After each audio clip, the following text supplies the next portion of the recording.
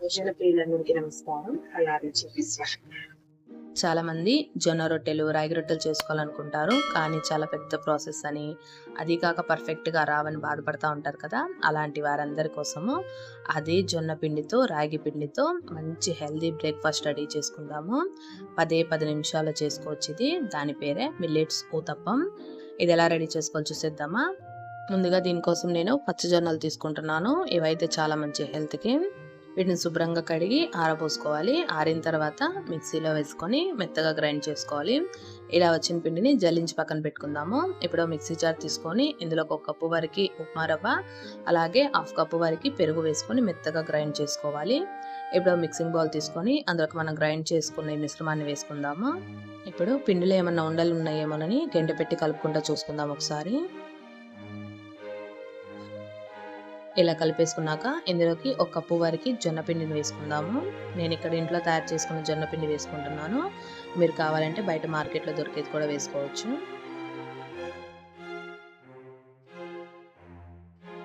అలాగే ఒక 1/2 కప్పు వరకు రాగి పిండిని వేసుకుందాము.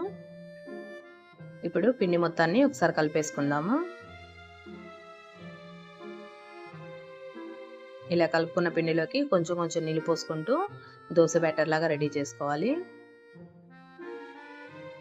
జొన్న పిండి, రాగి పిండి ఊరకనే ఉండలు కట్టేసేది కాబట్టి నిదానంగా కలుపుకోవాలి, ఉండలనేవి ఎక్కడా లేకుండా. మనకి హెల్దీ ఫుడ్ తినాలి అనుకునే వాళ్ళకైనా సరే, డయాబెటిక్ పేషెంట్స్‌కైనా సరే, వెయిట్ లాస్ అవ్వాలనుకునే వాళ్ళకైనా సరే ఇది ఒక మంచి బ్రేక్‌ఫాస్ట్ అండి. ఒక 2 ఊతప్పాలు తింటే చాలు, పొట్ట ఫుల్ అయిపోతది. అలాగే హెల్దీ కూడా. ఇలా కలిపేసుకున్న పిండిలోకి రుచికి సరిపడా ఉప్పు కూడా వేసుకొని కలిపేసుకుందాము. ఇప్పుడు ఈ పిండిని మూత పెట్టేసి ఒక 15 నిమిషాలు పక్కన నానబెట్టుకోవాలి. 15 నిమిషాల తర్వాత మూత తీసి పిండిని వేరే బౌల్లోకి కొంచెం వేసుకుందాము. ఈ ఊతప్పాల్ని 2 రకాలుగా వేసుకోవచ్చు, అందుకే సపరేట్ చేస్తున్న పిండిని.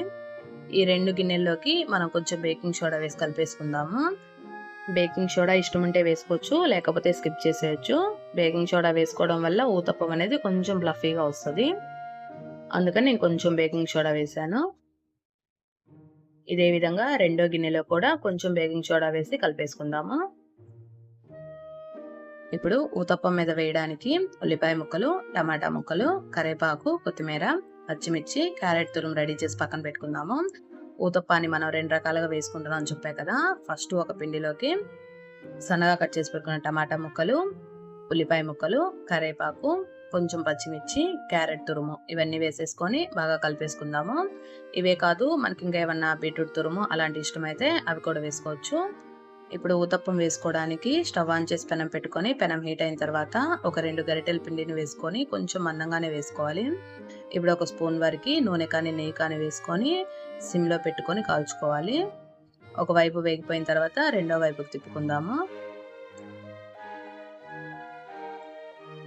ఇలా 2 వైపులా వేగిపోయిన తర్వాత ప్లేట్లోకి తీసుకుందాము. మనం 2 రకాల ఊతప్పాలు వేసుకున్నాం అని చెప్పా కదా, ఇది ఫస్ట్ రకం అనమాట.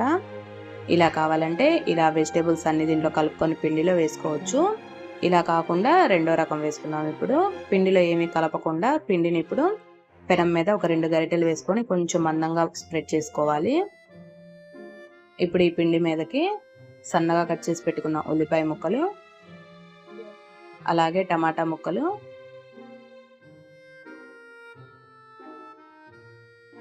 క్యారెట్ తురుము, అలాగే కొన్ని పచ్చిమిర్చి ముక్కలు, సన్నగా కట్ చేసి పెట్టుకున్న కొత్తిమీర, కరివేపాకు వేసుకోవాలి. ఇలాగే 1 టేబుల్ స్పూన్ వరకు నూనె కూడా వేసుకొని గెంటె పెట్టి ఈ వెజిటేబుల్స్ అన్నిటిని కొంచెం అదుముకుంటే పిండి కతుక్కుపోయి ఉంటాయి అన్నమాట, ఊడిపోకుండా ఉంటుంది. ఇలా ఒకవైపు వేగిపోయిన తర్వాత రెండో వైపుకి తిప్పుకుందాము. ఇలా 2 వైపులా మంచిగా వేగిన తర్వాత ప్లేట్లోకి తీసుకుందాము. ఇలా మనకి ఈ 2 రకాల్లో ఏ విధంగా కావాలంటే ఆ విధంగా ఊతప్పం వేసుకోవచ్చు. వెజిటేబుల్స్ అన్ని పిండిలో కలిపి వేసుకోవచ్చు, లేకపోతే ఇలా ప్లెయిన్లా వేసుకొని దాని మీద వెజిటేబుల్స్ వేసుకోవచ్చు. మనకి ఎలా ఇష్టం ఉంటే అలా వేసుకోవచ్చు. 10 నిమిషాలు ఈజీగా అయిపోయే బ్రేక్ఫాస్ట్ ఇది, అలాగే హెల్తీ కూడా. ఈ రోజుల్లో ఇంటికి ఒకళ్ళు డయాబెటిక్ పేషెంట్స్ ఉంటున్నారు కదా, వారందరి కోసము ఈజీగా అయిపోవాలి, హెల్తీగా ఉండాలి అనుకుంటే ఈ బ్రేక్ఫాస్ట్ చేసి పెట్టండి. మార్నింగే కాదు ఈవినింగ్ కూడా ఇలా చేసి పెట్టొచ్చు, చాలా చాలా టేస్టీగా ఉంటాయి. ఇందులోకి కాంబినేషన్గా నేను పల్లీ చట్నీ చేశాను. పల్లీ చట్నీతో కూడా చాలా బాగుంది టేస్ట్. మీరందరూ తప్పకుండా ఈ బ్రేక్ఫాస్ట్ని ట్రై చేసి ఎలా వచ్చిందో కామెంట్లో చెప్పేయండి. Thanks for watching. కుదిరితే సబ్స్క్రైబ్ చేసుకోండి.